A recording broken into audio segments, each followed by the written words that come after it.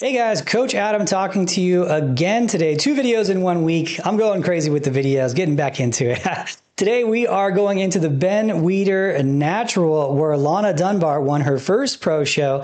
I do want to give the natural competitors some love here, because for a long time the natural competitors were asking for shows from the NPC and the IFBB, and the NPC and IFBB have delivered, and they are just growing their natural shows. And so there's going to be a lot more options coming in the coming years. And I'm very happy about them doing that. You know, there's a lot of athletes that are natural out there and they want a legitimate place to compete with real competition. Unfortunately, when you see some of these natural organizations, they're mostly transformation clients.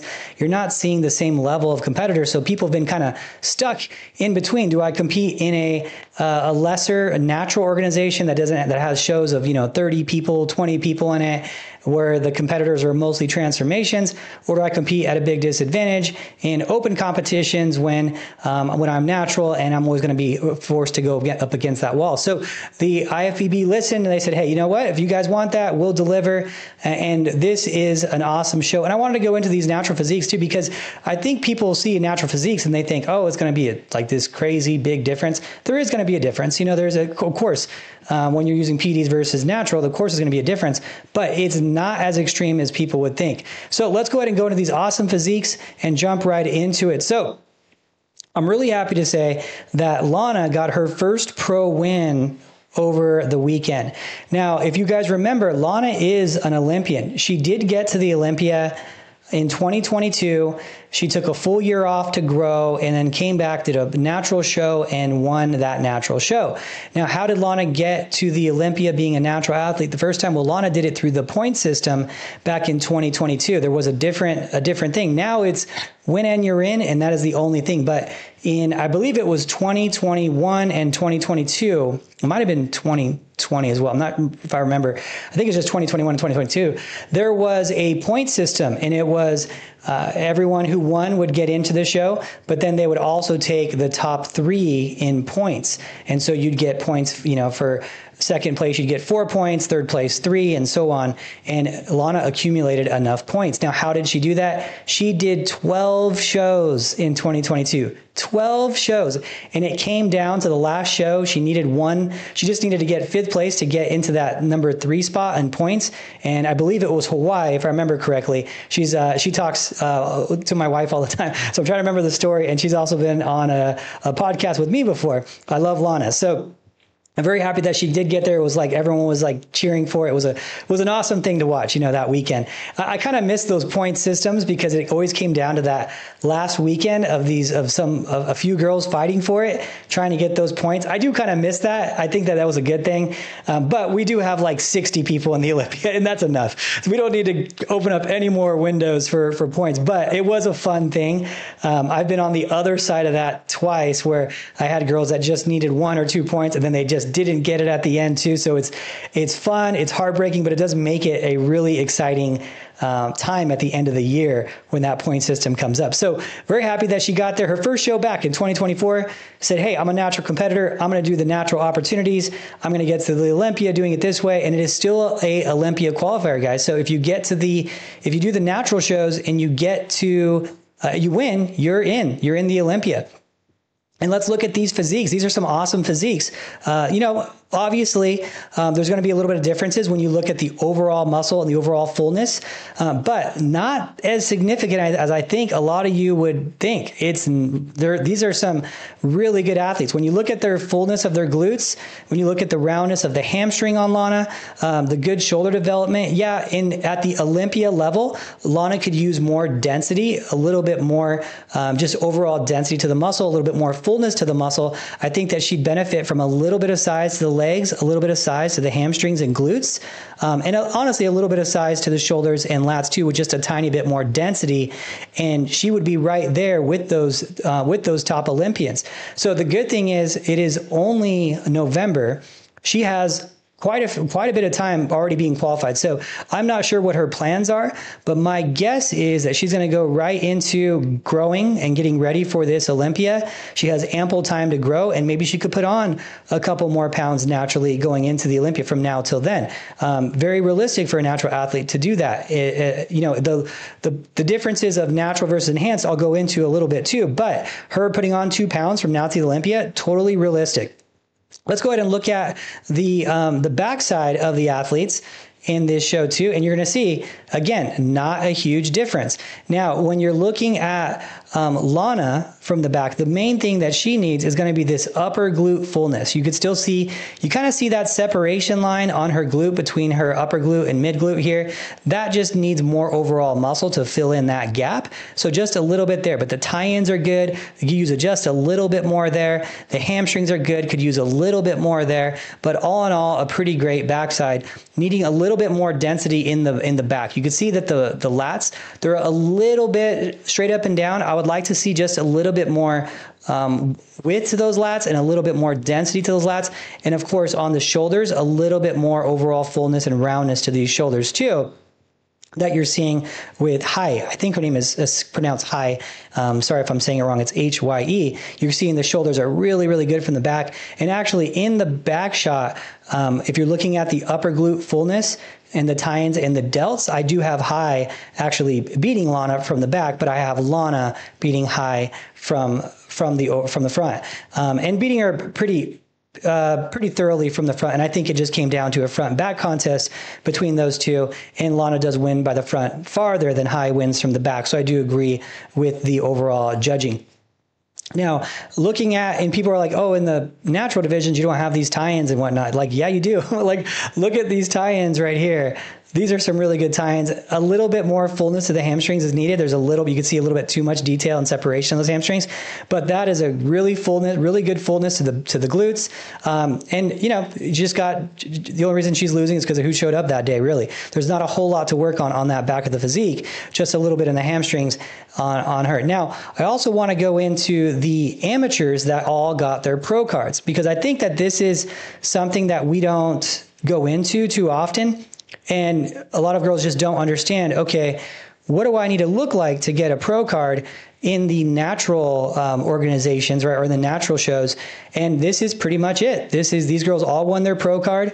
You have the overall winner here, a second overall here winning their pro card, the Masters 35 plus, and then 40 plus as a Masters bikini competitor here. But when you're looking at the natural shows versus the untested shows, and just so you guys know, there are going to be some natural girls in the open divisions.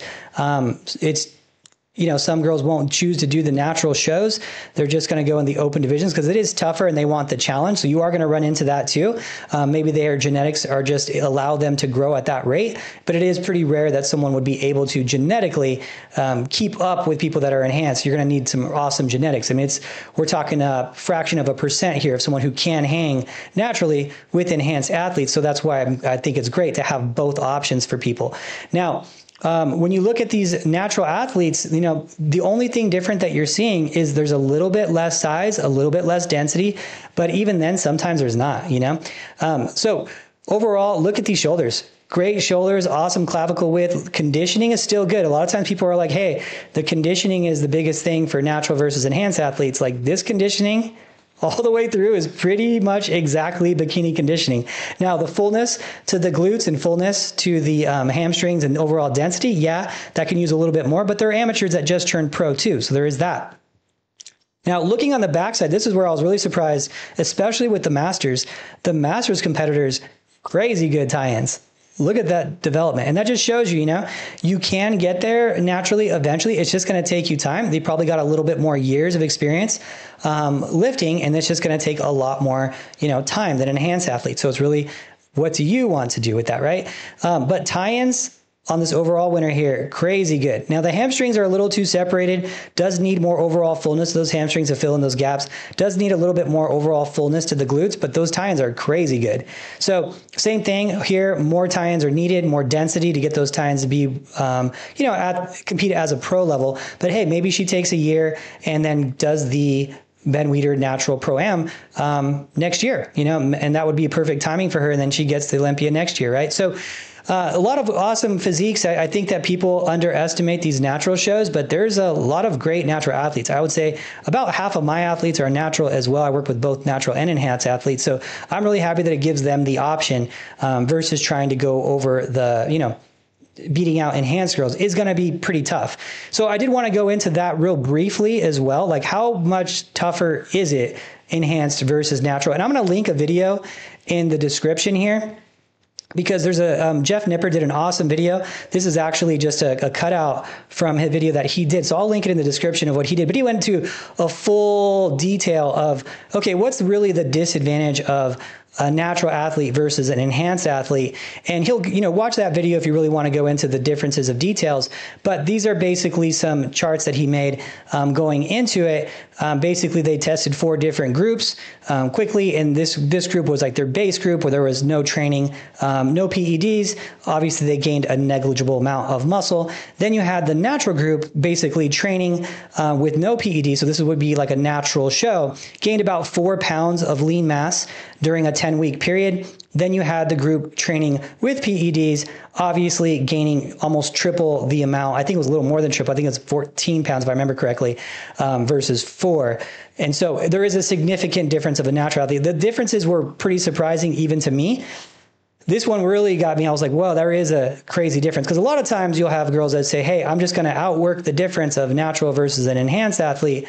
I'm going to just outwork them, and that's going to be the difference. I'm going to work harder than them, eat better than them, sleep better, all that. But it's not really a possibility. You know, when you look at this, here, this is a group, they did PEDs, and this is not a lot of PEDs. They did PEDs, and they actually didn't work out at all. They just didn't work out, and they gained nearly twice as much as the group who did work out without PEDs, right? So the differences are significant, and I'm glad that the IFBB and NPC have addressed that, because, I mean, how are you going to out-train someone who doesn't need to even train to make more progress than you, right? It's just not, that's not realistic, you know? It's just, you can't train harder than them because they don't even need to train, and they're building more muscle than you, right? So I'm glad that they addressed this, and they are making divisions for this, and it's just growing, guys, and there's something that they want to do. So totally up to you on how you want to go about it, if you want to go the PED route or the natural route, but you have both options now, which is, I think, is awesome, and we need to go into those shows and do those reviews and give those girls the love too. So what do you have option-wise? Well, Ben Weider Natural Pro Am that just happened in November. You know, you can get your pro card there as a masters or as an amateur. You have a pro options. You can get to the Olympia if you win the pro show there. Then they just got announced the Las Vegas Pro Am Natural, right? So that's another pro show for natural competitors. They have a bikini. I think they have men's physique as well. But bikini Pro Am in Las Vegas, a natural Olympia qualifier, which is awesome, right? So they're really pumping it up. They need a bigger pool of people, I imagine, before they can start launching more and more shows. I mean, if there's only one natural pro qualifier right now, you can't have 10 pro shows, right? So as they start growing, as it starts building, they will, I'm sure, have more of them.